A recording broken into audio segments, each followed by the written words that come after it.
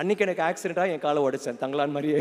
கால் உடஞ்சி காலை வெட்டணும்னு சொன்னாங்க. அதுக்கப்புறம் ஹாஸ்பிட்டல் போயிட்டு 3 வருஷம் ஹாஸ்பிட்டல் பெட்லேயே கடந்த 3 வருஷம் 23 சர்ஜரி.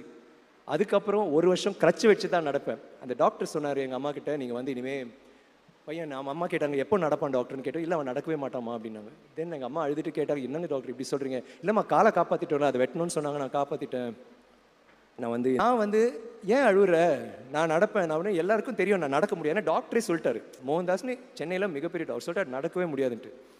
ஆனால் எனக்கு நடிக்கணும், எனக்கு சினிமாவில் நடிக்கணும். நான் கிறுக்க மாதிரி இருந்தேன். எனக்கு வந்து பெரிய ரோல்லாம் பண்ணக்கூடாது, எனக்கு சின்ன ரோல் பண்ணாலும் ஒரே ஒரு சீனில் வந்தாலும் பரவாயில்ல, ஏன்னோ அந்த ஒரு வெறியில் தான் இருந்தேன். ஸோ அப்படி இருக்கும்போது தொடர்ந்துச்சு, இன்னொரு 10 வருஷம் போராடினேன்.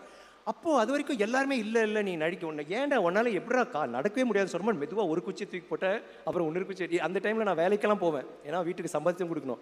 அடிக்கணுமா, நான் நடிக்கணும், லூசு பையன் மாதிரி இருக்க, சும்மா போய் படுறானுவாங்க, முடியாது நான் போவேன்ட்டு. அந்த ஒரு